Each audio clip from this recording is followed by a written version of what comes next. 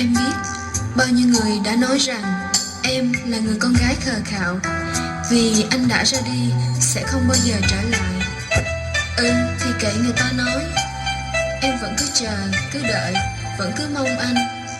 Vì em biết suốt cuộc đời này em sẽ không yêu ai khác ngoài anh.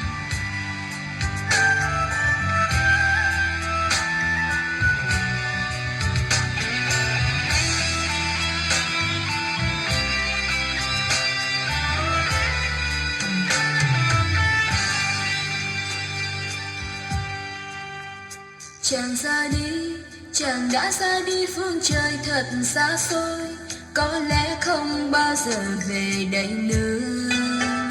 Giữa màn đêm một mình em, cứ thế em trông chờ, chờ đợi một người đã quên em. Dù cho bao người nói con tim em khờ và ngu ngơ, bởi đã yêu anh thật lòng như thế. Dẫu lòng anh nào bận tâm, suốt tháng năm âm thầm, em vẫn chỉ yêu một mình anh. Thời gian vẫn tiếp nối khúc đã có đôi lần, tưởng em đây đang quên anh, quên đi hết ân tình. Rồi nhận ra khi yêu ai, em vẫn có bóng hình, hình của anh thì bên em không phải anh. Và em biết suốt kiếp vẫn mãi chỉ yêu người, ở sâu trong con tim tôi câu chung thủy không mờ. Dù đợi thêm bao nhiêu lâu, em vẫn sẽ cứ chờ, chờ ngày mai ta sẽ lại sánh vai.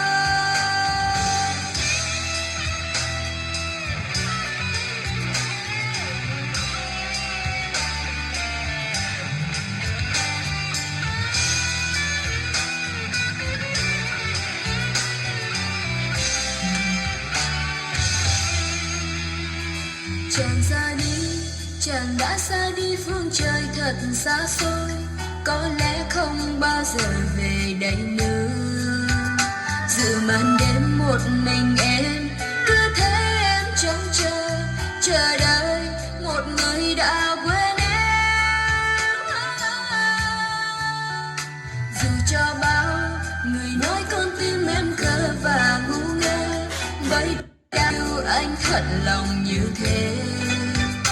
Dẫu lòng anh nào bận tâm, suốt tháng năm âm thầm, em vẫn chỉ yêu một mình anh. Thời gian vẫn tiếp nối cũng đã có đôi lần, tưởng em đây đang quên anh, quên đi hết ân tình. Rồi nhận ra khi yêu ai, em vẫn có bóng hình, hình của anh thì bên em không phải anh. Và em biết suốt kiếp vẫn mãi chỉ yêu người, ở sâu trong con tim tôi câu chung thủy không mờ. Dù đợi thêm bao nhiêu lâu, em vẫn sẽ cứ chờ, chờ ngày mai ta sẽ lại sánh vai. Tiếp nối cũng đã có đôi lần, tưởng em đây đã quên anh, quên đi hết ân tình. Rồi nhận ra khi yêu ai, em vẫn có bóng hình, hình của anh thì bên em không phải anh. Và em biết suốt kiếp vẫn mãi chỉ yêu người, ở sâu trong con tim tôi câu chung thủy không mờ. Dù đợi thêm bao nhiêu lâu, em vẫn sẽ cứ chờ, chờ ngày mai.